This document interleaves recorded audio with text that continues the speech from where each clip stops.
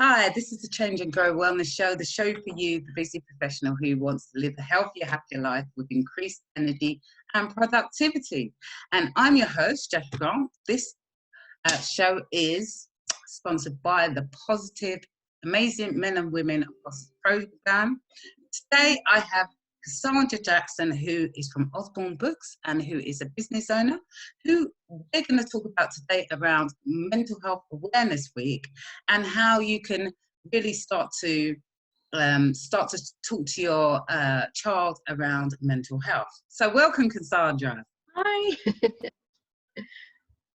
Right, Cassandra, tell us a bit about you and a bit about how you got into doing what you do. Well, I'm a mum of two girls, 13 and 7, so quite a broad age range.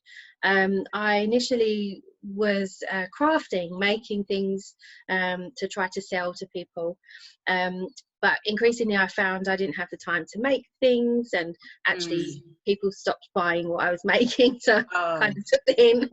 Yeah. So then I was looking for something that I could still carry on meeting people. I enjoyed that side of things, chatting to people, selling things, but I wanted something that was ready-made, turn up, set up, and off I go. And that's how I came across Usborne. We had Usborne Books in the house before for my children, so I knew them already. But yeah, that it was just something to get me out of the house, make me feel less like mummy all the time, and something for me. And yeah, it's been really good. I've been doing it about 6 years now. Oh wow. Yeah, so it's really good, really good. Great. So tell us, how important do you think it is for children and teens to learn and manage their feelings and emotions? I think very, very important. I think so often as children we're told to take no notice or to toughen up a little bit, but children and teenagers, they go through so much of a roller coaster of emotions. It can almost be a bit scary for them, and especially if they don't know how to deal with it or what to do with those emotions that they're feeling.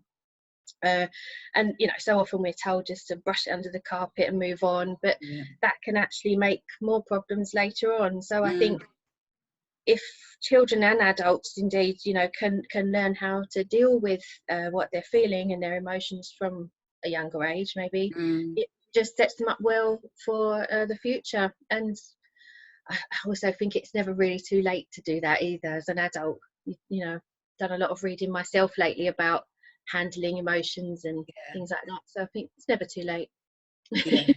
No, definitely, because the thing is exactly what you say. It's about teaching them early on to manage their emotions, because otherwise later on it may be that they're holding on to things. Then if you don't discuss things with them, really trying to make sure that they feel that they can express themselves, Definitely. not too much. Taking over. It's important for them to know they can feel grumpy, they can feel angry and sad. That is what they're feeling. I always encourage them to not be mean with what they're feeling, but to find other ways to cope with that anger and that emotion. Exactly. So making sure that they are expressing themselves, but being able to manage it well as well. Good. So how can Usborne help with this?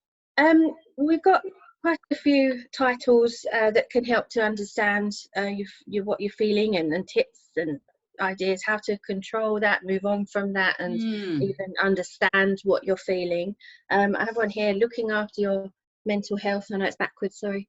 That's the obvious one. It's ages like 9+, but honestly, I've read it, and as an adult I think you can still apply the tips and hints that it gives you. It's really useful. It addresses a lot of issues that young people face, and how to look after themselves. We've also got the Unworry book and the Unhurry book. Sorry, what was that book? The Unworry book and also the Unhurry book. Okay. Again, aged 9+, but useful to everybody. I think, you know, whatever age, it doesn't matter really. The Unworry book is full of ways to get your worries out of your head and onto paper. I think it's got pages you can doodle, you can draw, scribble, even tear out and crush up. It's one of those kind of interactive books, which is really good. And my daughter, Evie, who's 13, she has this and she finds it quite useful. Oh, good. But then, of course, there are others like colouring books, even how to write stories, magic painting, lots of other things that provide you with an activity to maybe distract you from what you're feeling at the moment. But yeah, there's certainly a good browse through the catalogue would help people see what actually any of the books could apply to some kind of mindfulness or you know, taking yourself away from a situation. Brilliant, that's great. And so would you recommend any specific books that people might not think of straight away that might help in changing their mood? Yeah, as I say, you've got the obvious ones. There is a mental health kind of section, PSHE section of the catalogue, but I think anything that would, as I say, be a distraction or things like that. So I'm just looking at my notes here. That's all right. We have things like embroidery sets and knitting sets, so it can teach you how to knit. And you know, you do it with the embroidery sets. You get a little hoop and the material, the thread, and you can make a llama picture or, you know, mermaid. Lots of other ones. So that might be good for people who like to use their hands and, you know, focus on that. But then also there's lots of art-based books where you can just read about art, or activity books, you know, where you can start to learn to draw, things like that. And also the magic painting. I think, I'm sure I remember that from when we were little, where you just put the water on the page and the colour comes out. Oh yes, so yes. Wow. That kind of book. Yeah, but I love them. I think they're so therapeutic. I find myself sitting there for ages. Ooh, colouring in. But yeah, and then there's all books as well about growing up and all the questions that come with that. What, you know, physical changes to your body. There's also books about nutrition, food, where our food comes from, because again, what you put in is just as important as what comes out. You know, and part of your overall well-being and everything. So yeah, and then right down to the fiction, you know, just an escape, something different to read. There's lots of fiction, and even the young adult things. The section there would be, I'd recommend it for adults as well. The content is adult enough to not be childish, you know, as you're reading it. If that makes any sense. And yeah, just anything really. Baking, anything. Have a good look through. Okay, brilliant. So like you said that like some books are, so with their range, what is the age range for the books Usborne does? We go right from birth. We've got baby books. I think a lot of people know Usborne for the baby books. Right. Lots of people say to me, oh, I don't have little children anymore, you know, so therefore I don't need to look at what you have. But I always think, no, please do, because the young adult range is aimed at 14+. And really the ages, once you get to fiction, the ages are mostly just content relevant, not necessarily reading age or anything like that. It's more that there's more grown-up content to the story maybe. So you know, but we do go right up to young adult and beyond. You know. Okay. So that's really good. So in terms of like kind of going back to the mental health ones, so the ones that, so you've got some of them that have kind of got is it journaling as well as? Yes, there is journaling books. There's like even things like a doodle a day, you know, a little tear off pad, you can draw something each day. But then there are journals about nature and travel, an everyday journal, I think. But certainly there are different ways. Even learning to write a story, or, you know, the learning to write a story book would still teach you how to write for yourself, and you know, use that part of it as well, I think. Yeah, so because these kind of things can like really help with mental health in terms of being creative.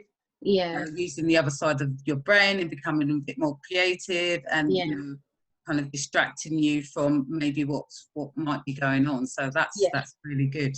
That's definitely. Really good. And also, I think a lot of people tend not to read anymore. They tend to, you know, have the Kindle and all this kind of stuff, and that's not having, you know, a physical book.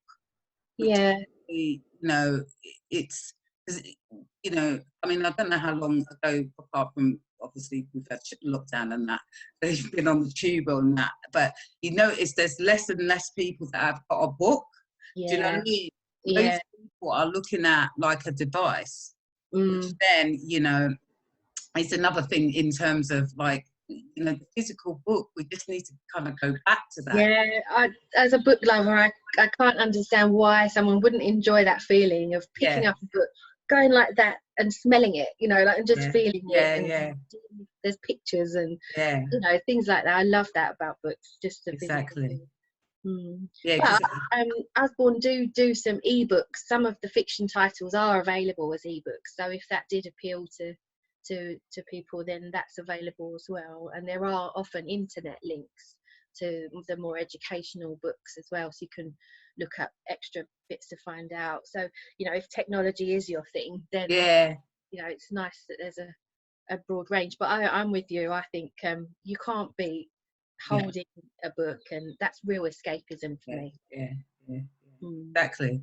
And also, you know what I find when I read a on the Kindle, which I don't often, I always just kind of get those ones that are like, I need a bit of information out of it, so I'm just like taking the information. Whereas if it's something to read that I'm going to read, then I tend not to use that. But I'm also a bit lazy because I use Audible as well. Audible. Oh no, yeah, that's brilliant. I like that. Yeah. Because the only thing is, because I'm in the car quite a lot, so it's quite good to like, I can get through a book in the day. But it does always tend to be not like fictional or anything like that. So but still, you'll find that while you're listening to that, you're not thinking perhaps so much about your day-to-day. Exactly. It's still taking you away from those little stresses maybe, or worries that you might have. Just listening to something, if that's probably a really good way of just stopping, isn't it? And just making yourself rest even for a little while, and to listen to something, you know, I think anyway is good, whatever works for an individual, isn't it? And also I find that, you know, like a book in the evening rather than your Kindle and that, because the blue light and all that, the book is so much better.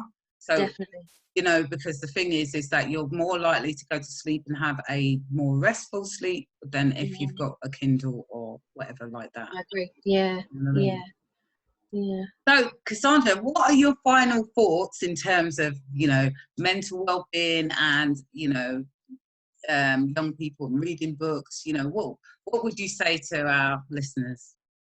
Gosh, I would say try. If reading is something you don't normally do, or perhaps have put down and not picked up for a while, give it a try.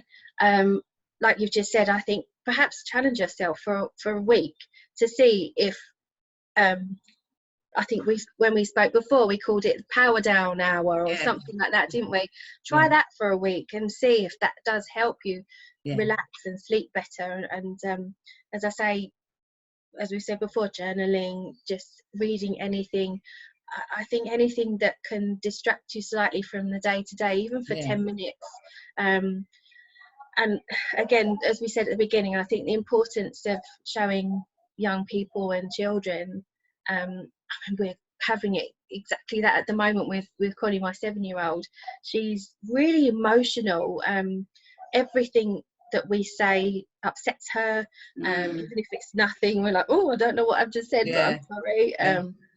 So, you know, I'm trying to work with her. We've developed a little box that she can write down, even if it's really horrible, whatever. down, Yeah. screws it up and puts it in her angry box, and then it's forgotten. Yeah. We're just always trying to think of ways, but I would encourage people to read about another person, read about facts, read fiction, try to make something, just have a go, and you never know, it might really help. Brilliant. Thank you, Cassandra. So where can people find you? What's your website, your social media? I'm on Facebook, Turn a New Leaf. You'll find me on there. The website, I do have my own website. It's really long. You need to shorten that. Mine's long too. I'm a technophobe. I need to learn how to change this. Too long. But you will find that on the Facebook page as well to link to that. But yeah, just I've got an email address, turnanewleaf.books@gmail.com. So any questions, happily answer. Brilliant. Thank you, Cassandra. So thank you so much for being on Thanks today. for having me. That's cool. So this is the end of the Change and Grow Wellness Show. Jackie Grant, your health and lifestyle advocate, granting you better health and fitness.